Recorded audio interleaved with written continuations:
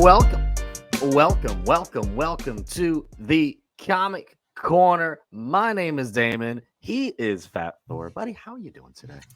I'm good, man. I'm good. I'm super excited, as always, to talk comics, but I'm especially excited this week because we have some very, very heavy hitter books this week, my man. I just caught up this morning before we hopped on here, actually, and I was like, man, but like everything I was reading is just banger after banger. So we got a lot of great stuff to talk about today, so I'm super excited. Let's talk about this lineup. We got the rundown. Avengers Twilight. Does it live up to its finale? I don't know. We'll talk about it. Green Goblin's origin revealed.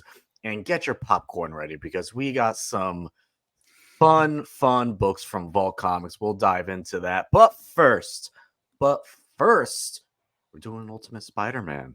We are doing Ultimate Spider-Man number 5. Jonathan Hickman, Messina on the art.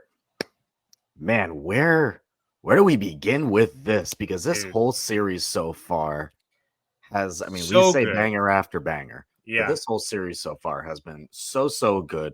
This issue and the previous one, a little bit of a diversion from the overall story from Ultimate Spider-Man, but still continuously like keeping the same theme. Previous issue, previous issue we get a dinner scene essentially between MJ and Peter and Harry Osborn and Gwen Stacy. This issue, we go all the way back to the very beginning of when this entire Ultimate Universe, we kind of like really start to see it from the perspective of who? Of Harry Osborn. What did you think of this issue? Dude, I love this issue. And I think to your point, I totally agree. Like this issue and last issue have been kind of, I don't want to say slower, but like I said, we're kind of taking a break from the main story to kind of flesh out this world a little bit more, which I absolutely love. And Hickman, I mean, what more can you say? It's Jonathan Hickman. If you want an event, you call Hickman, and his pacing throughout this book, I think, has just been absolutely incredible. And this issue, I think, perfectly exemplifies that, where even though we're not in like the kind of, again, main plot point of like Peter Parker and like his family, we're still getting very valuable information that really fleshes everything out, really makes the relationship between Harry and Peter have a lot more weight to it. And it's just such great storytelling. And I mean, there's big, reveals in it. There's some action. It's a great issue. Fantastic issue. Great as a standalone if you're just picking it up or if you're, following along. So, I mean, we've been raving about the Ultimate books for weeks now. I can't say anything more great about them. They're just all so good. So good. I mean, especially for me, this Ultimate Spider-Man is someone who's kind of been out of the Spider-Man loop for a hot minute. I tried to get into the new TASM when it came out, and I just couldn't. It lost me fairly early on in that run, unfortunately, which is, again, unfortunate because I do actually enjoy Zeb Wells' writing. I love this Hellions writing. I think we've talked about this before. But Ultimate Spider-Man, this one in particular, has got me full back into not just like this world that they're building with, that Hickman's doing with the Ultimate Universe, but just with Spider-Man in general, because we're getting an incredible mix of the familiar, but with a twist that keeps me interested and keeps all of us interested, because I'm been looking at other people's reviews through like an app like League of Comic Geeks to see what are other people thinking too. And it seems like for the vast majority, everyone's still very much enjoying this. We're 5 issues in. This one, again, like you mentioned, still slow. It's a slow burn. It's very talky, but it's very world exposition-y. We really get to dive deeper into this version of Harry Osborn, what makes him tick, because it really felt like since his introduction of him a couple issues ago, it's like, is this a good guy, Harry Osborn, who's the Green Goblin? And in this issue, it's like, ooh, we're playing more in like that gray area where, where are we going with him? Are we going to lean one direction? We're going to lean the other? Like, is he going to be a hero or is he going to be something a little different, right? That's the interesting thing about this book for me, because it's still so incredibly grounded, even though this Ultimate Universe as a whole is not. It's very crazy. But this book for the Ultimate Universe is what I've been wanting when this was announced. 100% agree. I couldn't agree more. And I'm 100% with you as well, in the sense that, I mean, when I was a kid, Spider-Man, that was like my guy. That when I started collecting comic books, that's what I started collecting, was Spider-Man. But same as you, I have not been on the Spider-Man train for a good long while, just because, everything kind of gets all convoluted and everything. But so for me, I was super excited to jump into this for the same exact reasons, and it did not disappoint in any aspect. You can jump into this if you are, new to Spider-Man, if you're a longtime fan but have been kind of burnt out on the recent runs. This is absolutely perfect for you. And I think, going back to what you said too about like Harry in this issue, I think that, again, I'm going to be hyping up Hickman as much as I can, but I think that's just something Hickman does very well with his characters. I mean, great example is Doom in the Secret Wars, like that kind of gray area of like good, bad. I think Hickman plays those characters very, very well. So to see that translate into this version of Harry in this new Ultimate universe, I'm so excited to see where he takes that, where it's going to go. And not only that, but I mean, we're a couple weeks away now from the Ultimates. Like, how is this all going to fit into that, right? Like, how is all these pieces going to come together?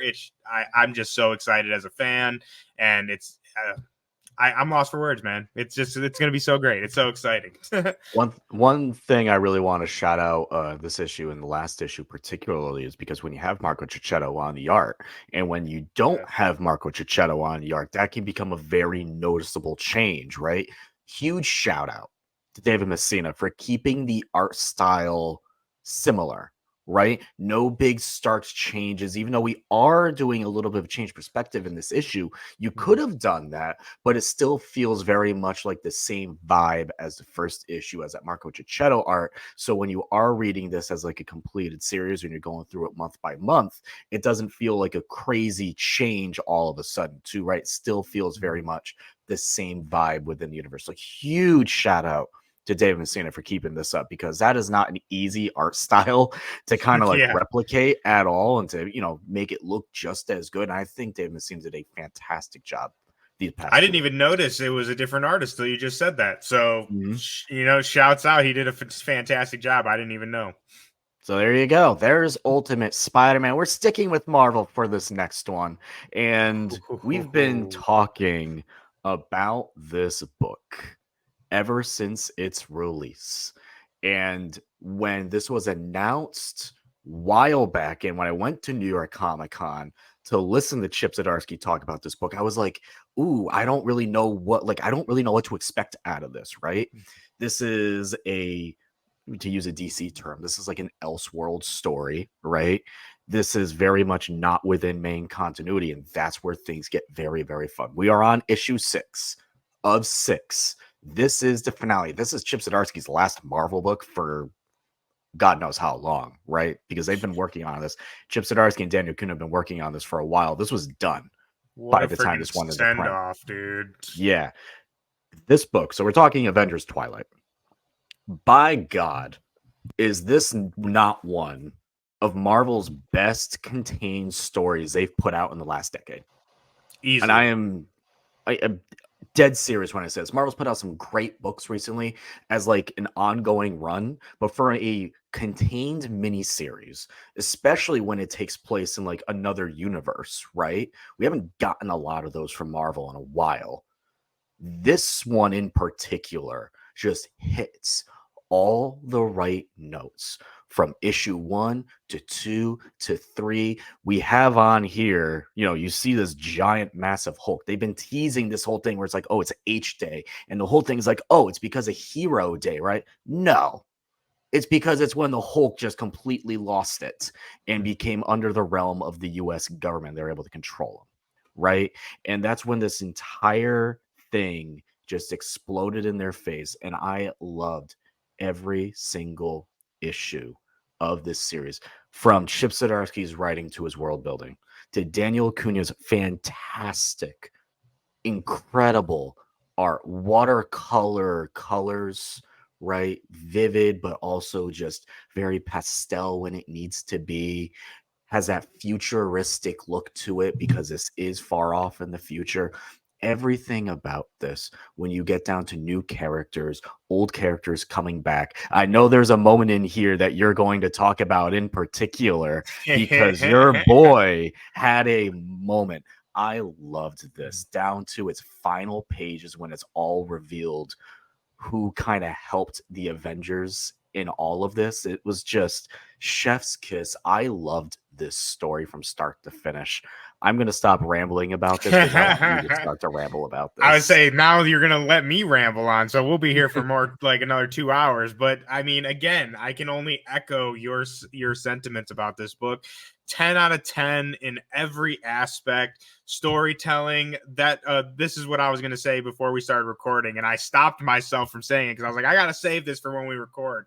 But Daniel Acuna's art, oh my lord. We were just talking on last episode about Dracula, about how that was like some of my favorite art in comics. This Mhm. takes the new spot. I mean, every issue of this was just so amazingly drawn and colored, and it like breathtaking, like one of the most beautiful books I've read in a long time. And to Chip's storytelling, it's just so, not only is it so good, but it's so clean. It's like you could tell, at least for me, like from issue one, I've been saying like this is one of the most creative and well structured, like alternate future Marvel stories that I've read in a long time. And now that we're at the end of that, I feel like that sentiment reigns even more true because, again, it just shows like Chip had a very clear vision for what he wanted to do in these 6 issues. And we end on issue 6, and he wraps everything up and in my opinion, a perfect way. And I think that's why it hits so good because, again, it was clear that Chip and Daniel came into this with a very clear vision of where the story beats were, where our characters were going to go, and like where they were going to end. And it's just, again, just spectacular. It's one of my favorite, I guess you could say, events in the last couple years and I in call it a recent mini memory, series. really. Yeah, Yeah, I would just mini say it's a mini series. series. Yeah. It's just, again, in all aspects, it's just absolutely amazing. And for like you were saying, for this to be Chip's last Marvel book, at least for the foreseeable future, I cannot think of a better send off. Again, we could ramble for hours about this book. It is just absolutely fantastic. Everyone gets their moment. You were talking about Thor. We get an amazing Thor moment in this issue, which we also got one, I think, 2 issues ago too. But Miss Marvel, Captain America, Luke, again, every single character in here, again, going back to Chip's storytelling, they all get their moments. They all get their kind of arcs wrapped up. And, you know, for other characters, I won't spoil it for you if you haven't read the issues yet. But again, it's just a masterclass in, I think, comic book storytelling, like what you can do in the medium of comic books that you can't do in other medium, like why we love comic books, right? And this, again, book just exemplifies all that for me. It's phenomenal. Like you said, there's characters that make appearances that I wasn't expecting them to. There's brand new versions of old characters because this is a far off future where, a lot of Avengers died. So Mm-hmm. some of them had to take the place of others, right? There's just so many little things in here that just added up to make a complete story. And that's what this was. This was a complete story. And I credit Marvel for allowing Chip Zdarsky to tell a complete story from 1 through 6 without pushing it to be something bigger, without making it to be something that it wasn't supposed to be. This is a complete story. Can you, at the end of this, pick up and continue the story if you wanted to in another book? Sure. There's avenues to the end of this where you could if you wanted to. Is it needed? No, it really isn't. And that's what makes this story, in my opinion, perfect. It really was Yeah. a perfect story from start to finish. I can't stop saying how good this book was. It's thought provoking. It's heartwarming in a couple ways, but it's very timely in a Mm-hmm. lot of ways. And that's when you know you have a good comic, when you have a good story, is when it's something that Marvel's biggest slogan, the world outside your window, right? Now, this obviously is in a far off, distant future in another universe where everything seemed to tragically go wrong in every way, shape, and form, right? But it is very much a commentary on the world we live in right now and where things theoretically, potentially could go, but with a superhero twist, right? With a Yeah. very extreme twist. That's when you have a good story. That's when things just click. I cannot, and I'm probably talking for you as well when I say this, we both cannot recommend this enough when it comes out into a trade, because this will be one of Marvel's best trades for a complete story in a while.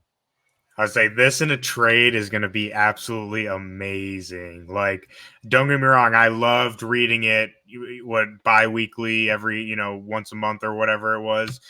But that was probably one of my first thoughts I had when I finished this was I cannot wait to now go back and read it all in like one sitting now that I have all the issues.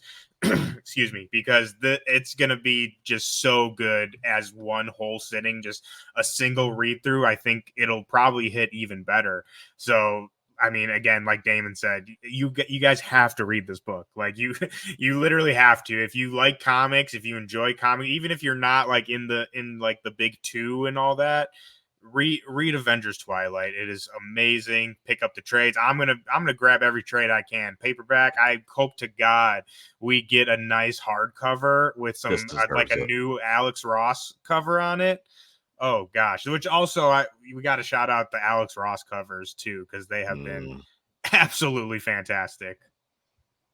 Gorgeous. I mean, just incredible. Like, Yeah. maybe not the prettiest photo looking at this really roided out Hulk with like lights coming off of him, but incredible art, right? Absolutely Yeah. incredible art. That's Avengers Twilight. That is my pick of the week, personally. I don't It's know my about pick of you, the but that's year. mine.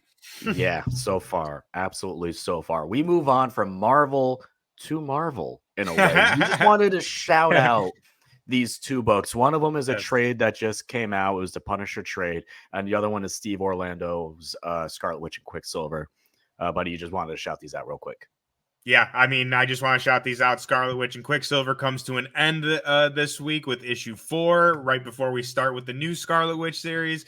Me and Damon have both talked to Steve Orlando about Scarlet Witch, so go check those out to hear all about that. But make sure to go pick up number 4 because I've absolutely been loving this miniseries, and I cannot wait to see where they go for the full next Scarlet Witch series. It's going to be so good. And then Punisher, I also want to shout out because that just came out into a trade, which I absolutely loved this new Punisher series. It's 4 issues, I believe. And every issue is just so great. An amazing introduction to our new Punisher, Joe Garrison, who is, excuse me, both different and similar to Frank Castle in ways that we both would want and need, if that makes sense, where he's different in aspects that are very much needed for today's climate and today's, with the reputation that the Punisher has, but also, it does not skimp on any of the guns, explosions, any of that good stuff that you love from Punisher. It still has it. And again, fantastic little mini series to introduce us to this new Punisher, and I cannot rave about it enough. So now that it is in a trade altogether, please go pick that up, go check it out, because I absolutely loved it, and we will be getting more of this new Punisher. Actually just announced that he's going to be showing up in the new Daredevil run with Elektra. So if you want to know who he is and you want to be caught up for that, go pick up the trade of Punisher. It's great. All right. From Marvel to DC. Boom, boom. I've been reading Power Girl, and it's been a little bit of a House of Brainiac tie-in.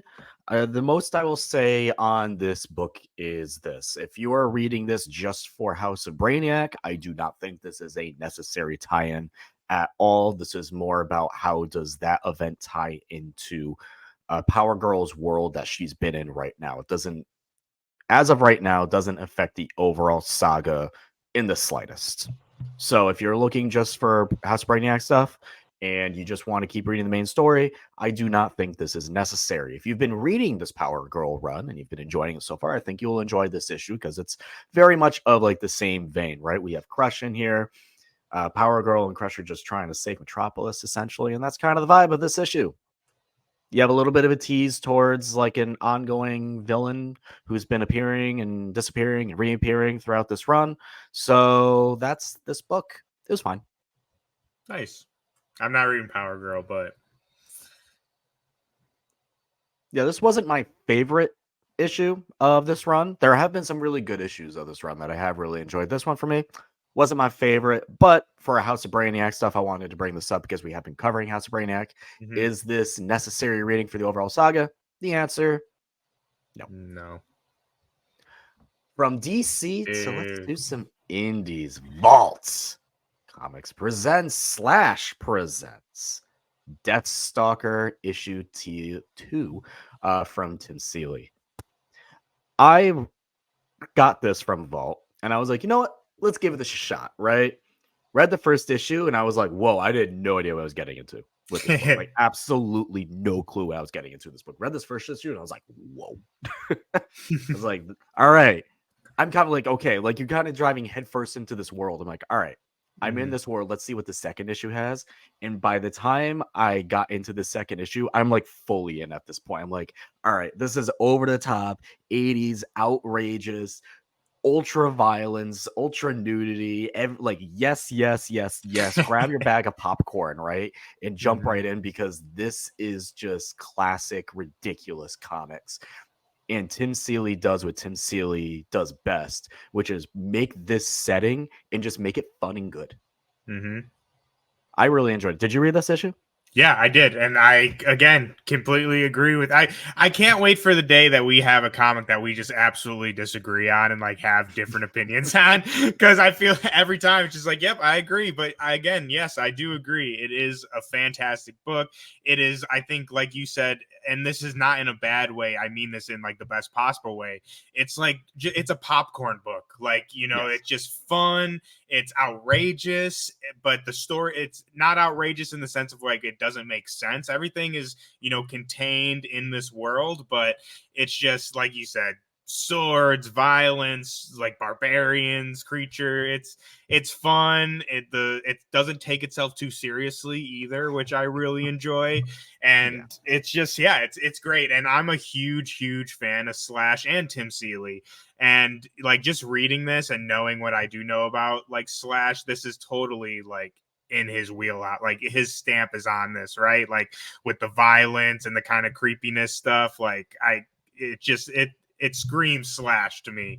So I love that about it too. And I think Tim has taken that idea or however that, you know, kind of creative relationship works, but he's really just brought everything to life with, again, even though it's kind of outrageous and a little over the top, the characters still feel very real, very fleshed out. Like it doesn't go too over the top to make it like parody, right? Does that make sense? But yeah, I really enjoy within these. its world. It's part of its charm. I think is like, to me, like when I look at it, it's like, this book's ridiculous, but in all the best ways, right? Like that's why I enjoyed it. Like it's the barbarianness of it. Like you're going fully deep diving into that with a little bit like weird magic, kind of like antagonists going on and the world that it's set up in, and it's like nothing is off limits in this. You're just going straight at it. Yeah, I love it. And I also love too, which this is upcoming, but we get a little tease in the end of a Barbaric versus Deathstalker crossover event, which that's going to be just fantastic. Like that, again, it's just like, again, this book is just fun. It's just like the idea of Barbaric versus Deathstalker, like that's just fun shit. You know what I mean? And that's the kind of thing, don't get me wrong, we just talked about like Avengers Twilight, which is a amazingly well thought out story, like with, you know, the beginning and end. This is all, again, not saying it's not a great story, but this is just like more, it's fun. You're here to have a fun ass time, to see this dude kill some monsters and shit, and you're also going to get a great story on top of that. So yeah, it's A+ for me on this one. I read this again, like I got this, I was like, yeah, let's give it a shot. I read the first issue and I'm like, I don't know what I was getting into, but I kind of like it. Let's keep going. And then the second issue, and I'm like, oh man, I'm so in on this. I can't wait for this third one just because it's so fun. You need more fun books, like we said. They just don't take themselves too seriously. Those are our comics for the week for reviews. We shall move on to Solicit season. I love Solicit season, and it feels like Solicit season never ends because there's always new things to announce and there's always new things to look forward to. That's kind of the fun thing about comics, right? So here's the first one. We got two boom books for you. First one I picked. This is from Stephanie Phillips and Goran Sudzaka. This is Red Before Black. I even have this Solicit here so I can read it to really sell it to you all. Introducing the most powerful, the most unpredictable outlaw couple since Harley and Ivy. Great start. Right, Red Before Black is a violent, hyperkinetic, women-led crime thriller reminiscent of 2000 era's Vertigo from superstar writer Stephanie Phillips. On a special assignment from the FBI, disgraced Army veteran Val is sent to Florida to hunt down an infamous drug dealer named Leo, but soon she finds out that they have an unexpected enemy in common, turning the game of cat and mouse into something entirely else. There you go. That sounds good to me. I mean, I saw this cover and just the idea of Red Before Black. Now, I don't know. Do you like snake lore where it's like red touches black and red touches yellow? You know that whole thing? No, I don't. Please inform me. So there's coral snakes and milk snakes. Okay. I don't know why. Like I've known this since I was like a little child. And I don't even think there's coral snakes and milk snakes around where I live, but I was always taught this. The whole thing is red touches black. It's a friendly snake. It's a milk snake. Red touches yellow. Kill a fellow. So it's a coral snake. And here we very clearly seeing red touching yellow. Dangerous snakes among us, ladies and gentlemen. Dangerous snakes. Damon dropping the snake lore on us today, man. I love it. I always thought it was just like if they were brightly colored, like get the fuck away. You know what I mean? I didn't know that's a good that's also a very good Yeah. I didn't know there was like it's vibrant in color is probably toxic. Yeah. But yeah, I mean, hey, that's good to know. I'm in California now where there are snakes, so I'm definitely going to remember that. Remember that one. Red touches black, friendly Jack. Red touches yellow, kill a fellow. Yeah. Either way, even if it is friendly, though, I'm not messing with those snakes. Yeah, don't mess with wild snakes, people. That's the Comic Corner PSA for today. Sticking with Boom, you picked this one. I read the first issue of this, and I really enjoyed it. It's yours pick. Go. Yes, Uncanny Valley. It's been fantastic. Again, we're talking about fun books. This is another book that is just, it's fun, but it also has a very like well thought out story underneath it with this kid who kind of, basically it's about this kid who doesn't feel like he fits in, which is a very universal feeling that everyone can relate to. But where the fun comes in is that the reason this kid doesn't fit in is because he's actually part cartoon. His grandfather was a cartoon. So that just leads to all sorts of craziness. And again, it's just such a fun book, but also very well thought out and like kind of emotional storytelling along with it. Shout out to Tony Fleece. He's been absolutely killing it on Uncanny Valley. Feral is another one of my favorite books out right now. And then, you know, going back to Tim Seeley, him and Tim Seeley on Local Man, which was just nominated for an Eisner that we talked about. I mean, just again, rockstar creators all around, dude. It's just everyone's killing it. And Uncanny Valley is a great example of that. It is fun. It's adventurous. It's creative. Again, it's so good.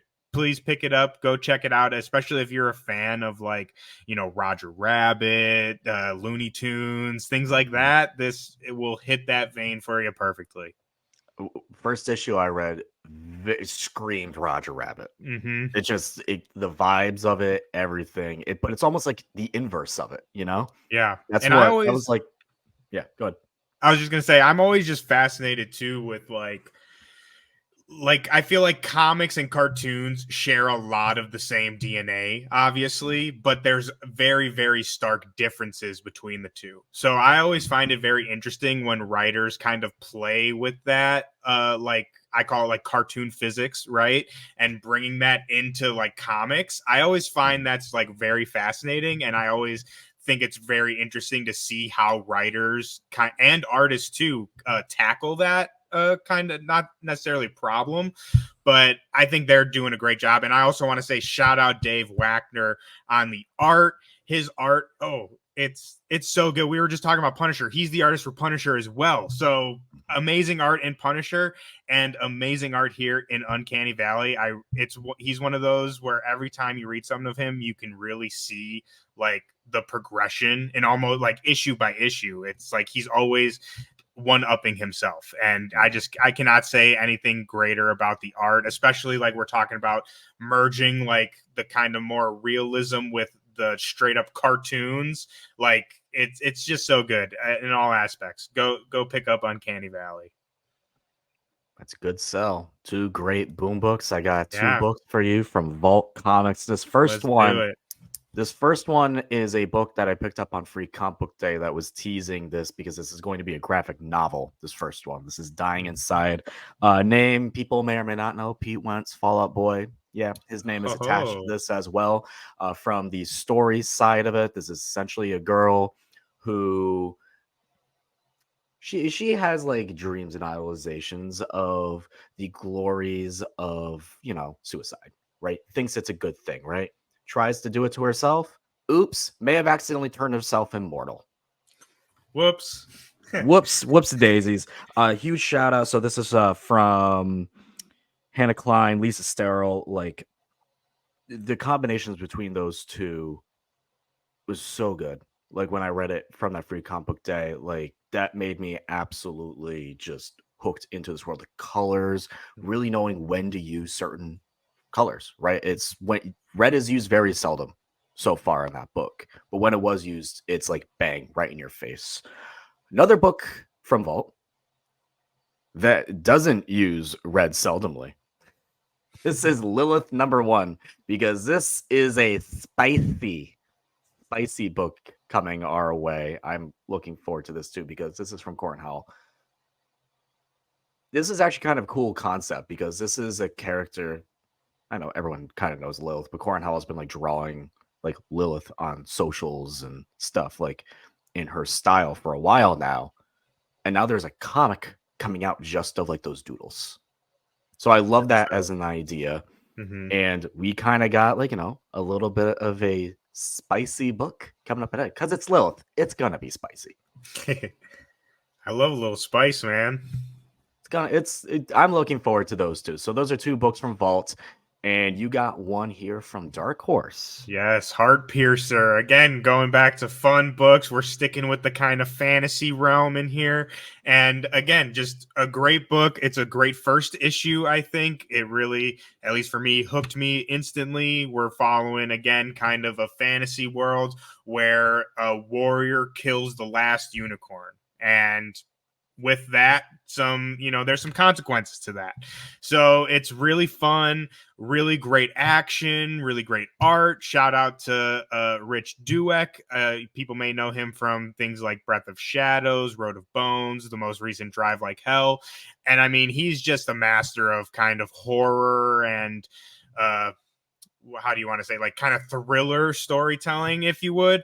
And again, this kind of just checks all the boxes for me. It's again just the first issue, so we haven't really gotten into the deep of it yet, but it's a great setup. Really introduces you to the characters, to this fantasy world, which to me, when we're reading fantasy, that's kind of the big thing for me, is especially with one issue, is this fleshed out enough to really engulf me into this world? Like, can I get lost into this world?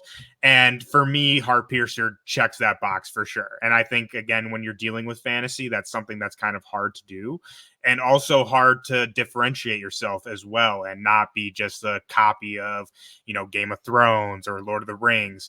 Heartpiercer does a great job with including those kind of elements, again, like mystical creatures like unicorns, but making itself feel distinct. And to me, that's a good selling point for a fantasy book. One last shout out. Let's go ahead. Boneheads. Let's do it. Dude, again, the title of this episode should just be Fun Comic Books. Because again, Because comic books are fun. Yeah, it's a fun episode. We're talking fun books. And again, this is an absolutely phenomenal fun book. This is called Boneheads. This is going to be from a good friend of mine, Colton Dodson. Just went on Kickstarter today. And it is, again, just so much fun. And we were talking about this before we started. This is Colton's first comic book. And I was like blown away with how good it was for someone's first book, and the dialogue especially just feels so natural, so real. It feels like me and you talking like when we're in the chat or something, right? And again, that's something I think is very hard to do, especially as a first time writer. So shout out to Colton. I really love this first issue of Boneheads. Please go check it out on Kickstarter. It follows two best friends that are trying to make some extra money by grave robbing. And again, kind of with Heartpiercer, that comes with some consequences with it. And it kind of leads them into this like Scooby-Doo style, like metal Scooby-Doo adventure. It's fun. It's a great time. I loved the first issue I was able to read. So please, again, go check it out on Kickstarter. And you can also go over to my channel, Sons of Mjolnir, where we have an episode about it. And you can follow all the links there to everything. But yeah, it's super fun. Again, another fantastic fun book to add to the repertoire of fun books we've been talking about today. It says horror on there. I'm automatically sold on it. Yep. You'll love it, dude. You're going to love it. I know you will. Looking forward to that. Also, shout out when we did right before Black, Stephanie Phillips, incredible writer. Love her book, Grimm. We did a review for it on the socials, and this last issue was so good. I love that book so much. So go check that out. All right, buddy. Where can people find you on the socials? You know where to find me. You can find me at The Fat Thor on Twitter. You can also find me over at Agents of Fandom, where I do reviews and all that good stuff. You can obviously find me here on the Comic Corner. And then you can also find me one other place, which is the Sons of Mjolnir. That is going to be my other podcast on YouTube, Spotify, anywhere you get your podcast. That, again, is Sons of Mjolnir, like Thor's hammer. I know sometimes that can be a little hard to spell. But yeah, I mean, comic interviews, deep dives into your favorite runs, all that type of good stuff. So if you love comics, you like talking about comics, come find me. I'm easy to find, and we can talk comics till the cows come home. I love it. For those still with us, you may have noticed something. This is a back-to-back episode week. Why is that? Tell them, Damon. Tell them. We are now a weekly show. We did it. We got the approval. We got the thumbs up. We're going through it week by week, keeping these episode times a little bit shorter so everyone can appreciate it a little bit more. But that also means we get to talk comics that we wouldn't be able to talk about if we were doing it every other week. Like Deathstalker, like our Solicits, like anything else we will be talking about in coming weeks too. Very excited for all the books, not just Big Two, but all the other books from Boom, from Vault, from Massive, from Mad Cave, from Image. Everybody. Able to talk from everyone. We're covering it all, baby. If you got a comic, we're talking about it. You can find us on Twitter at Comic Corner Pod. You can find me on Instagram at Damon.Graham. You can find me on TikTok at Damon Talks Comics. And then from there, if you catch a theme, you got the theme, you know the theme.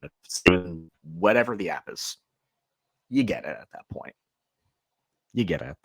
That'll do it for this issue of the Comic Corner. Make sure you go support your local comic shops. Go read some comics and just vibe with it. Have fun. Comics are fun. Remember that. Comics are fun,